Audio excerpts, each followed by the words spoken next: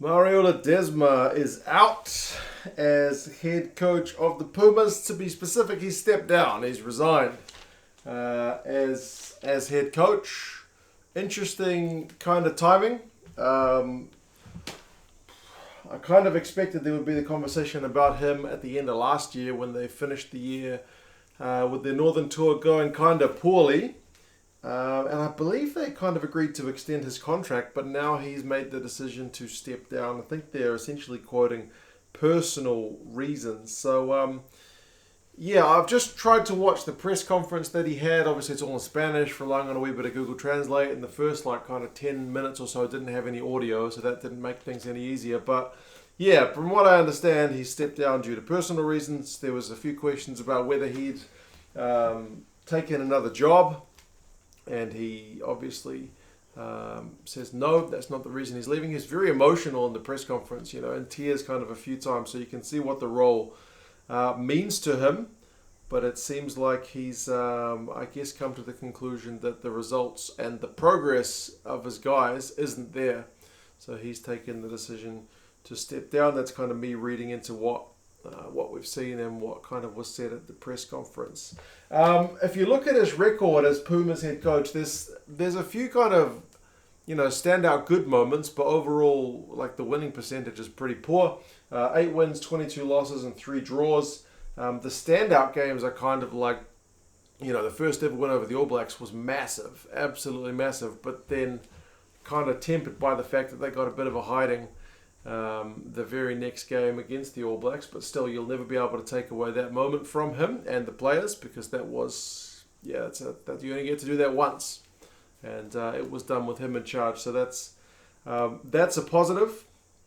Rugby World Cup obviously was also pretty poor. They they couldn't get out of the pool, and against the two big teams that were in their pool, they didn't really look like getting out. So it's kind of been a frustrating one with Mario because, when I look at the stats and the kind of the way the team plays, there doesn't seem to have been a heck of a lot of progress in, at least in the last 12 months. When they did beat the All Blacks, they played a really smart tactical kicking game. They had a ferocious defence. They were able to keep the ball. But yeah, they've kind of shifted to playing Carreras at 10, who's quick. I know he's played 10 at age group level, but you would have said his kicking game is not the strongest. And yeah, it just seems that they've looked a bit lost, especially on attack. The defence has been good as it can be at times, but it gets under heaps of pressure. They're not able to retain possession. The attack's been a bit blunt. They averaged 3 meters a carry in 2021, and that was even against teams like Romania and Italy, who you would have thought they should be beating, who they did beat. The stats weren't really pretty. They kind of laboured against Romania, albeit they hadn't had many games, and Italy they certainly didn't put to the sword. The goal kicking percentage was pretty low.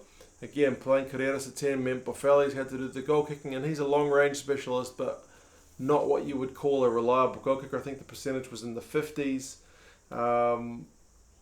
Too many yellow cards, the discipline, that partly is the team being under pressure. But they've got the players, which is the surprising part. So it's been, when I did the depth chart video, I said the same thing. They've got a lot of game breakers, they've got really good outside backs, but they've not seen a lot of ball.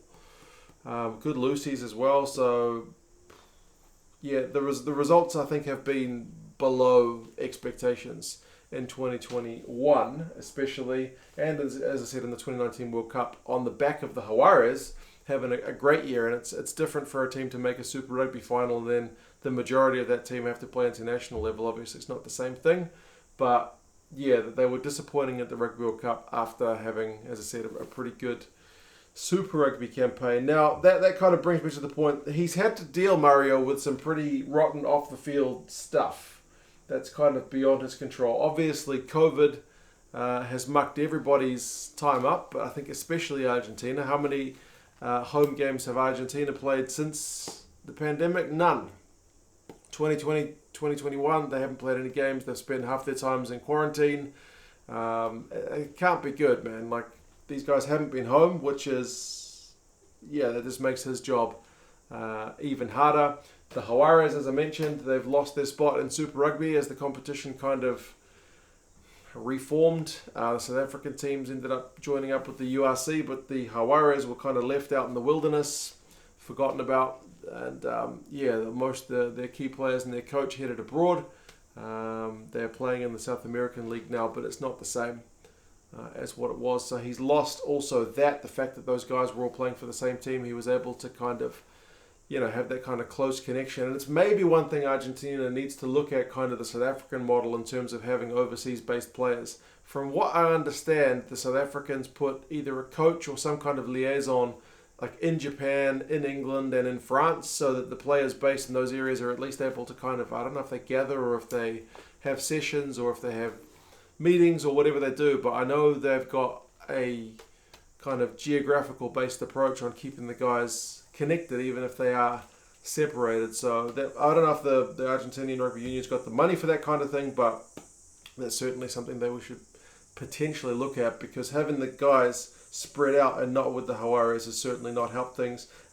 He's gone through a few captains, and one of those off the field things, as I mentioned, is the challenges like the whole Pablo Matera having his social media historical racism thing certainly didn't help as well. That was kind of more negative press and changes they didn't need.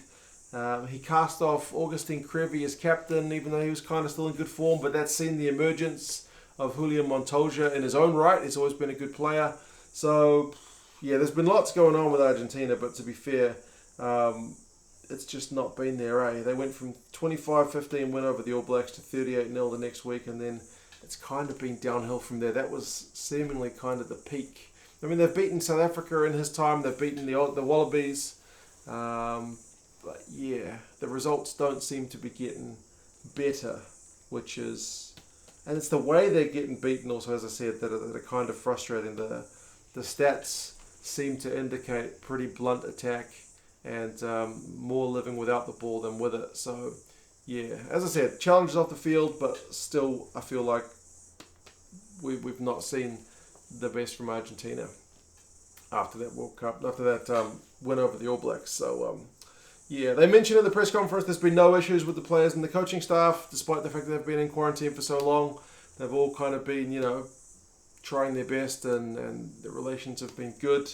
I do hear every now and again from people closer to the scene in Argentina that there's kind of behind-the-scenes politics and about which clubs you went to and whatnot, and kind of playing favourites, but that's kind of all a bit beyond my understanding. So, yeah, stepping down for personal reasons.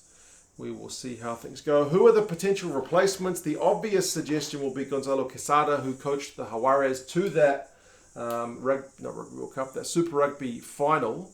He's off coaching in Stade Francais at the moment. I believe he was on a 2-year deal, which was signed in 2020. So I would have thought his deal does come to an end this year.